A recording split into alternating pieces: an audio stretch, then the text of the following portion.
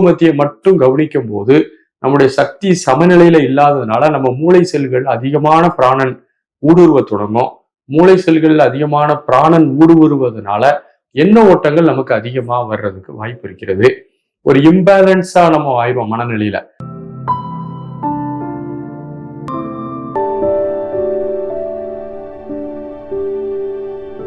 அனைவருக்கும் அன்பான வணக்கங்கள். நம்முடைய 7 ஆதார சக்கரங்கள், மூலாதாரம், சுவாதிஷ்டானம், மணிபூரகம், அநாகதம், விசுத்தி, ஆக்னை, துரியம் என்று சொல்லக்கூடிய இந்த 7 ஆதார சக்கரங்களை எல்லாம் கண்டிப்பாக செய்துவிட்டு தான் ஞானம் பெற முடியுமா, அல்லது பூர்வமத்தி என்ற ஒரு சக்கரத்தை மட்டும் நாம் உற்று நோக்கி கவனித்தால் முக்தி பெறலாமா என்ற ஒரு கேள்வியை கேட்டிருக்கின்றீர்கள்.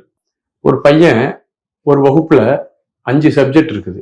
5 சப்ஜெக்ட்ல நான் மேக்ஸை மட்டும்தான் படிப்பேன், மற்ற சப்ஜெக்ட்ல நான் படிக்க மாட்டேன் அப்படிங்கிறது மாதிரி இருக்குது. ஏன்னா நம்முடைய சக்தி நிலைகள் இந்த உடலை குறித்து நம்ம நல்லா தெரிஞ்சுக்கணும். ஏன்னா நம்ம உடல் முழுவதும் பிராணசக்தி சுத்தி கொண்டிருக்கிறது. பிராணன் உள்ளும் புறமும் பாய்ந்து கொண்டிருக்கின்றது.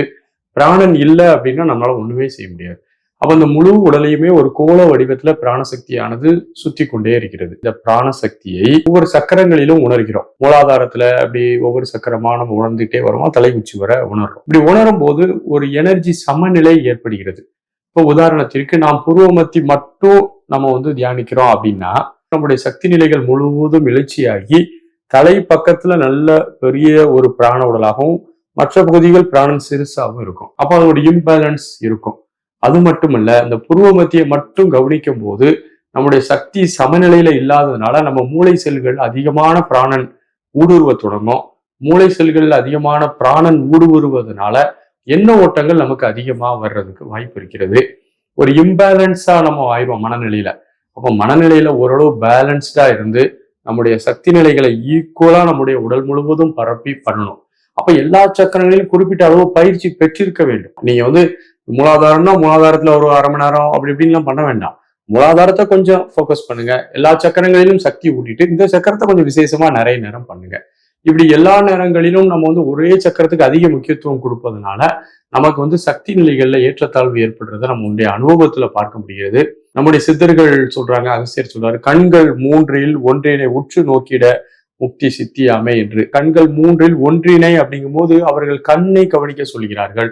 கண்ணை கவனிக்கும் போது அந்த கண்ணில் உள்ள வெள்ளை பார்க்காது, அந்த பிரவுன் பார்க்காது, அந்த புள்ளி தான் பார்க்கும். அந்த புள்ளியை நாம் உற்று நோக்கி கவனிக்கும் போது நமக்கு சக்தி சமநிலை வந்துடும். ஆனா இந்த சக்கரங்களை பூர்வமத்தி சக்கரத்தை கவனிக்கும் போது சக்தி அந்த இடத்துல எழுச்சியாகி அங்க போய் நின்று பல்ஜிங்கா வீங்க ஆரம்பிச்சிடும். ஆனால் கண் வழியா பார்க்கும்போது சக்தி சமநிலை இருக்கும், அங்க ஒரு பிராண மையம் கொள்வதில்லை. ஸோ இந்த மாதிரியான ஒரு சில நுணுக்கங்கள் எல்லாம் யோகத்துல இருக்கிறது.